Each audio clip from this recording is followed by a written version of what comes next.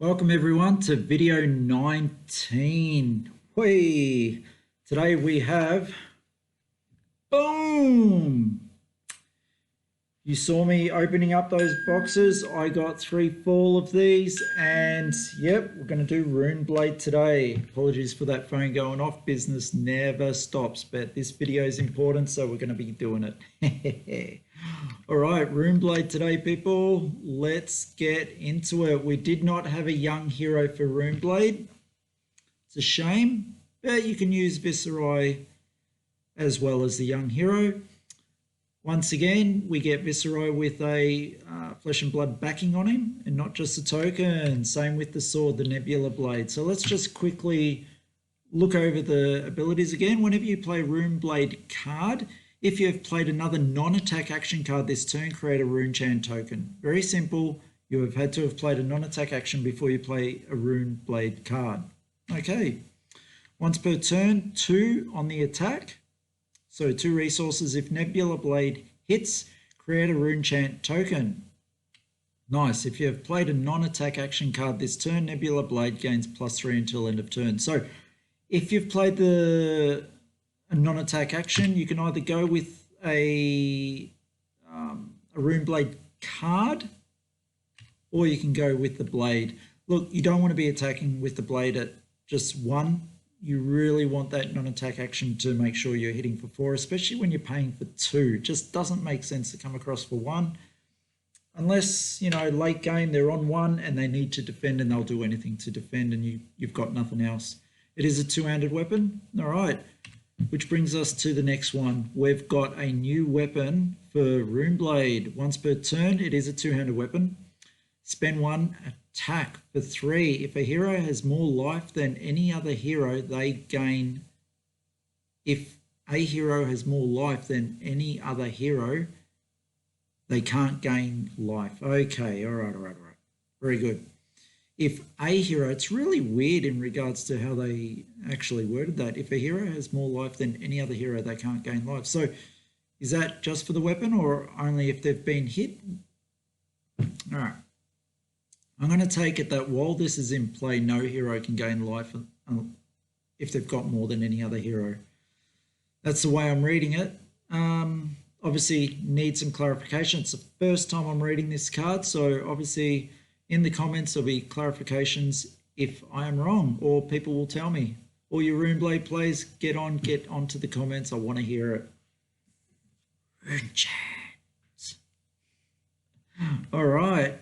Look, I like it. It's a consistent 3. It's only for 1. I prefer it over the Nebula Blade. But this creates a Runechant token, which is so important for those massive big hits. But this is a quality weapon. I like it. I do. I like the choice aspect that you've got now with Runeblade. All right, we're getting into his first piece of equipment, being a Majestic, the Bloodsheath Skeletor. All right, instant, destroy Bloodsheath Skeletor. The next attack action card and non-attack action card you play this turn, gain this card costs 1 less to play for each Runechant you control. That's huge, especially with those massive attacks to come through. And you've got a few Runechants. Yeah, play this turn. This card costs 1 less to play for each Runechant you control. Yeah, I like it. It's got temper though. If you defend with Bloodsheath Skeletor, put a -1 counter on it. When the combat chain closes, then destroy it if it has 0. So you can defend for 1 with it as well. Look, this is a pretty interesting piece of equipment. I really am hanging to play Viserai in either Blitz or Standard. And it's a very interesting piece of equipment. I'd really like to see how some cards deal with it. I know there is one card that you can play it for 1 less for each Runechant you control, and this just enables any of the attacks to be that way. So yeah, very good card. Dread Triptych. If you played a non-attack action card, there's a theme going here. This turn, create a Runechant token. Nice. If you're dealt arcane damage this turn, create a Runechant token. If dead triptych hits, create a Runechant token. I love it. All right.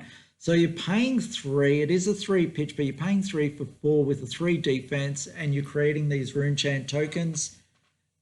One you can get automatically if you've played a non-attack action card this turn. If you dealt arcane damage this turn. So, wow. Yep. And if Dread Triptych hits, create a Runechant token. So obviously, you can be dealt you can be dealt damage, arcane damage, in your attack. Wow. Haven't come across the cards for that, but no doubt they're coming with Kano possibly being next. So, woo. And if it hits, you create a Runechant token. So theoretically, you could potentially get 3 for the 1 card.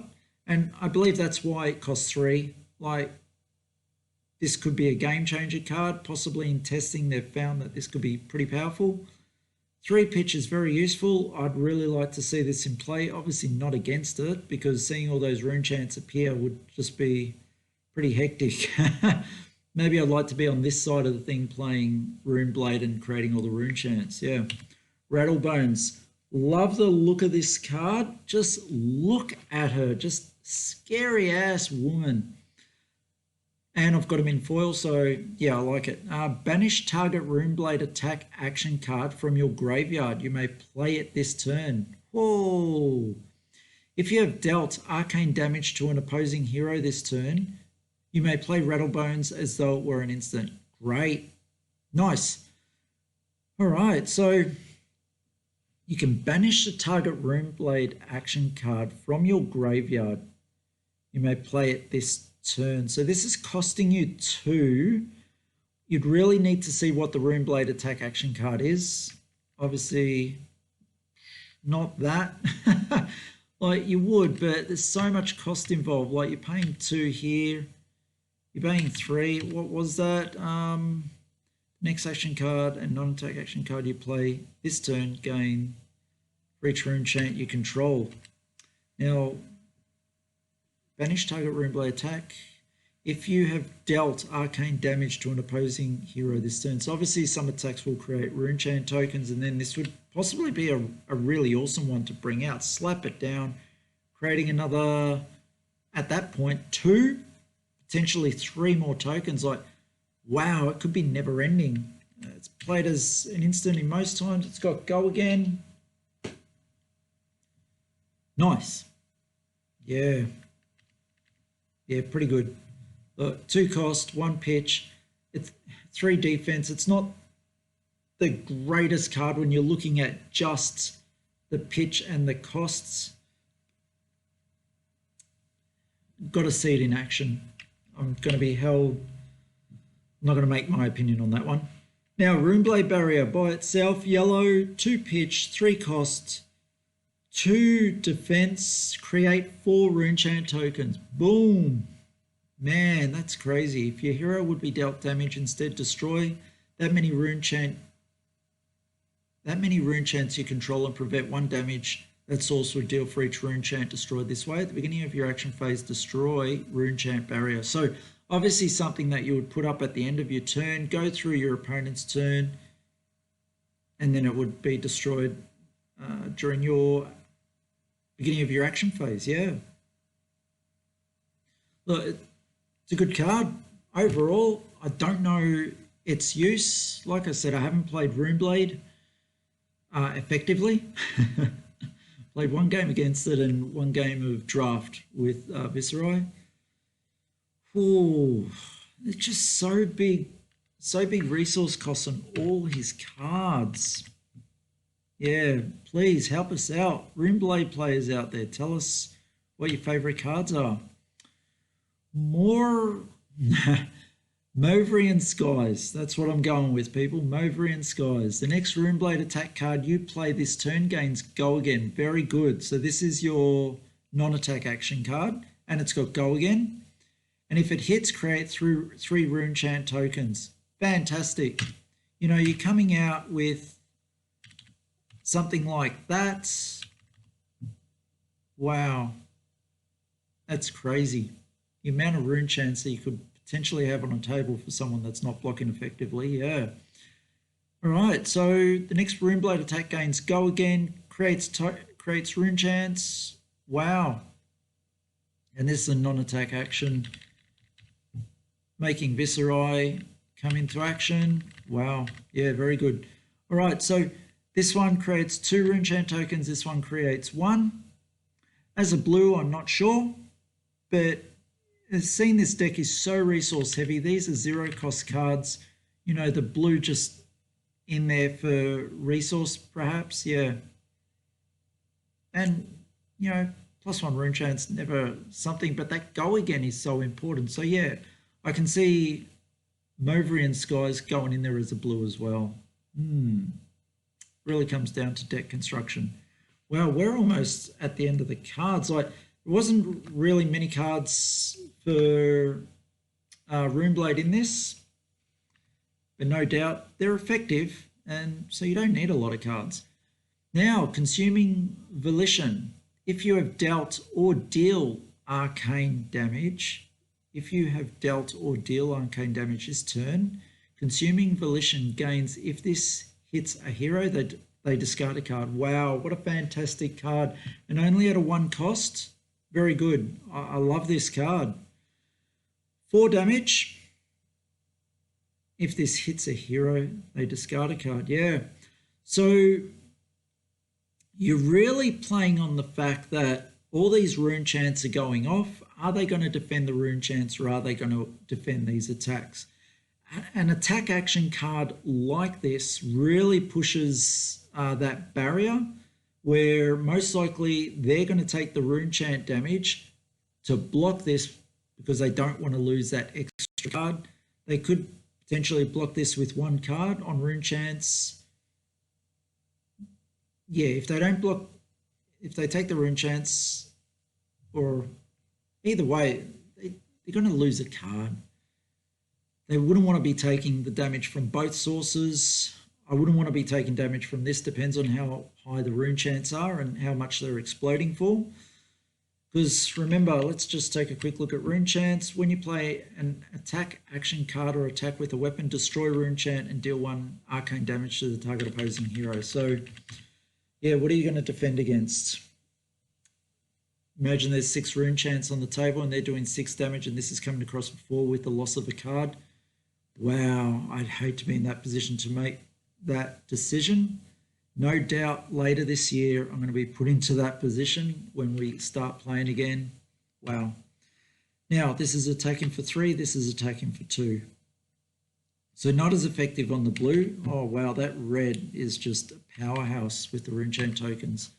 Meet and greet. Look at this lovely lass. Redhead with an axe.